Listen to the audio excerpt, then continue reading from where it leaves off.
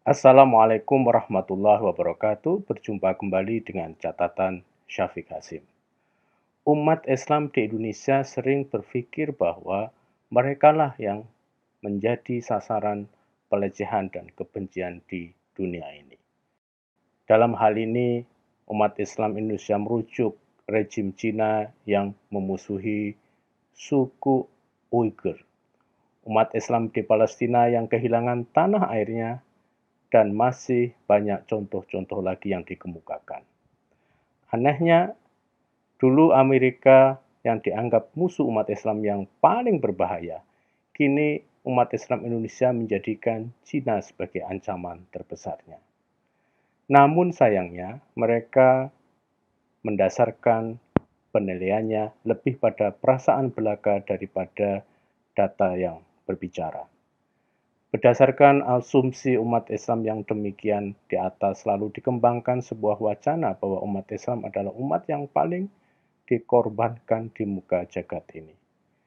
Saya ingin membahas, benarkah umat Islam itu lebih mengalami penderitaan, dimusuhi, dilecehkan dibandingkan umat beragama lain. Sejarah telah memberitahukan kita bahwa umat Islam ternyata adalah umat penakluk dunia. Wilayah-wilayah yang dihuni oleh orang-orang Nasrani, Yahudi, dan agama-agama lokal lain dengan cepat ditaklukkan oleh dinasti-dinasti Islam.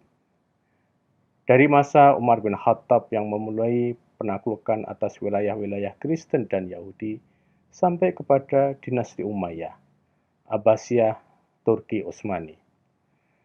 Penaklukan kekuatan Islam atas wilayah-wilayah geografi non-Muslim bukan fiksi, namun ini kenyataan sejarah, bahkan menjadi kebanggaan kita semua.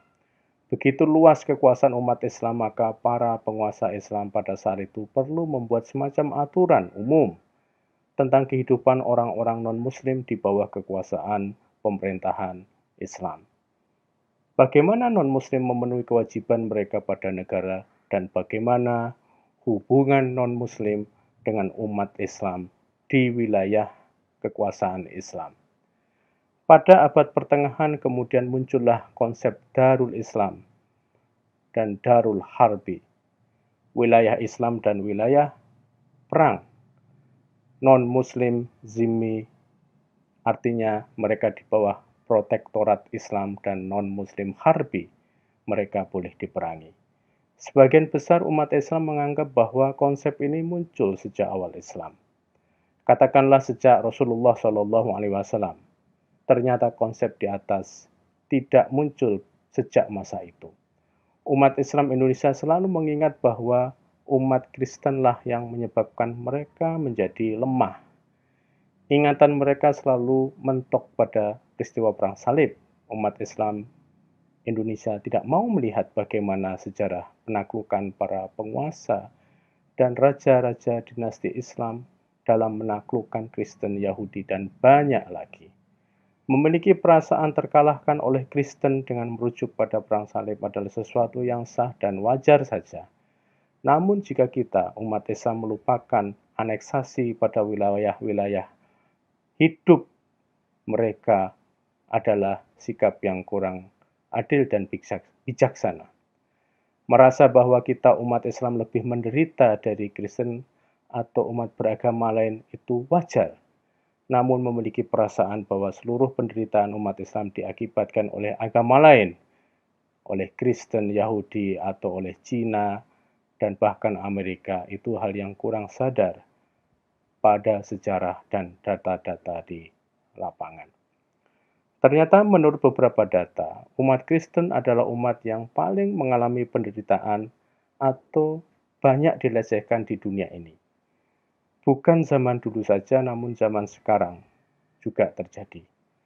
Kita selalu bersikap bias bahwa Kristen dan Yahudi itu adanya di Amerika Serikat, Inggris, Eropa, dan negara-negara dikdaya lain.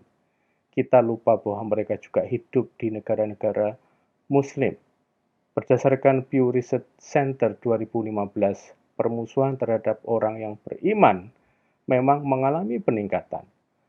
Pada 2014 23% dan pada 2017 menjadi 27%. Rusia, Mesir, Nigeria adalah contoh negara-negara yang paling besar dalam menerapkan kebijakan restriksi atas mereka yang beriman secara umum. Di Nigeria, militan Islam Boko Haram dengan sengaja membunuh ratusan orang Kristen. Orang-orang Koptik Kristen mengalami serangan yang luar biasa di Mesir. Pada tahun 2013, umat Kristen di 102 negara dari 198 mengalami tindakan pelecehan. Rekor ini di atas umat Islam di 99 negara dari 190 negara mengalami pelecehan. Data-data seperti ini yang sering luput dari umat Islam kita di Indonesia yang menyebabkan mereka tidak tahu jika umat Kristen ternyata lebih menderita dari mereka. Data ini diambil sebelum 2013. Selain orang Kristen, Yahudi ternyata adalah umat beragama yang paling mendapatkan banyak pelecehan. Data Pew Research Center 2013 mengatakan jika 76% orang Yahudi di Eropa mengalami pelecehan baik oleh orang per orang maupun oleh kelompok sosial. Balik lagi pada umat Kristen. Menurut Archbishop Tomasi, juru bicara Vatikan, pernah memperkirakan jika ada 100.000 orang Kristen per tahunnya yang dibunuh di seluruh dunia. Dari tahun 2000 sampai 2010, jumlah mereka yang dibunuh mencapai 1 juta orang Kristen. Namun menariknya dari angka-angka di atas, bahwa umat Kristen yang dianggap dibunuh oleh orang-orang Islam itu ditolak oleh kebanyakan para sarjana Kristen. Korban-korban di atas itu terjadi oleh banyak latar belakang, tidak hanya diakibatkan oleh umat Islam.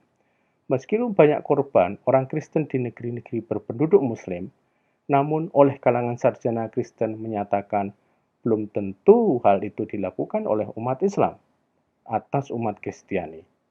Umat Kristiani bisa saja terbunuh dalam misalnya perang sipil, civil war, sebagaimana terjadi di banyak negara di Afrika.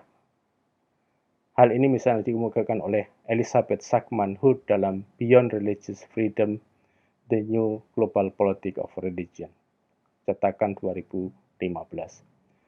Dalam catatan ini saya hanya ingin memberikan ilustrasi bahwa meskipun umat Kristen itu banyak terbunuh, bahkan melebihi umat Islam, namun narasi yang mereka kembangkan bukan narasi peperangan agama.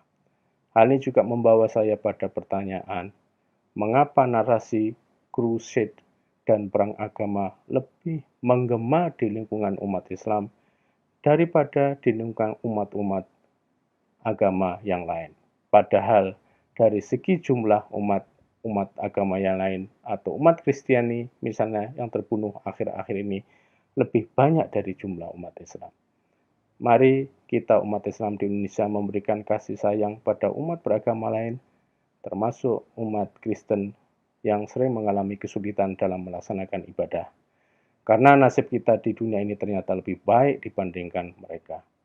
Mari kita membangun persahabatan antar umat beragama untuk mengurangi segala bentuk kekerasan dan pelecehan umat beragama. Bukankah agama kita, Islam, adalah agama rahmat bagi semua alam?